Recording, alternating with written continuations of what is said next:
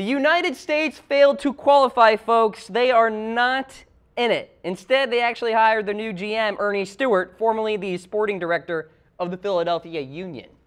So the U.S. national team is too busy hiring a new GM rather than prepping for the 2018 World Cup in Russia. This is the first World Cup in Europe since 2006, by the way, when it was played in Germany. You may recall, of course, the most recent World Cup was in Brazil, and then the previous one was in South Africa. So first time in Europe for quite some time. And you may be thinking, wait, Russia, Europe? Yeah, they're actually playing in European Russia, not Asia Russia, if you will. So very interesting little tidbit there. Why they're doing that? Because it's easier on travel for all of these national teams out there. So 20 teams making back-to-back appearances here in the World Cup. There will be 64 total matches at 12 venues in 11 cities. And then Germany, of course, is the defending champion as we stand. Also the betting favorite. We'll get to that later. So for Germany, of course, they won their 4th title back in 2014. We'll be playing in Group F with Mexico, Sweden, and the Korea Republic. How about Iceland and Panama making their first appearances in the World Cup? For Iceland, they're playing in Group D. Panama is playing in Group G. And of course, the final match, the championship match for all the marbles, will be July 15th in Moscow. Now, in terms of the most World Cup titles out there, Brazil owns that. They have 5. Germany has the most runner-up finishes with 4 back in 1966, 1982, 1986, and 2002.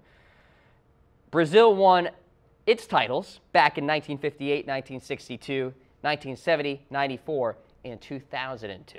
Now, Germany, of course, is the betting favorite, and I'll talk about that and some of the other sleepers out there.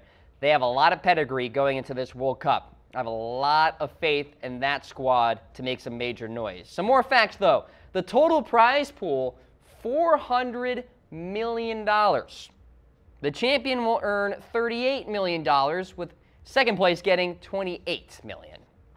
And this is all in US dollars, by the way. I converted it for you guys. So how about this? The host nation usually sees an increased birth rate. Why? Well, I guess maybe the excitement surrounding the World Cup, and when one person loves another, there could be some sort of extracurricular activity happening upstairs, and more babies are born. I'm just trying to work through it. It's a fact, folks. I'm reporting a fact here. There is an increased birth rate in the host nation. Around 10% the last couple of World Cups. So Russia, get ready. You're going to be more highly populated. So there you go. Kind of a fun tidbit there. 3.2 billion people worldwide will watch this coming World Cup, approximately. That was the number back in 2014. I would say even more will watch this go around. So nearly 50% of the world's population will watch the World Cup. And then finally here, more than 1 million people will visit Russia in honor of this World Cup. $43 million will be spent on free train travel. So the people who are there can travel for free. The country will be spending quite a lot of money. And then, how about this? The federation has to spend $134 million to ensure every single player. The national teams don't do that. FIFA does that, which is really interesting. And then another note that I didn't put on the screen, the coaches of most of the national teams usually tell the players no sex is allowed. You have to focus on the games. So, yeah, very interesting little nugget there. Italy didn't qualify for the World Cup either, for the first time in 60 years. 60 years. And usually Italy is right up there with one of the favorites in every World Cup.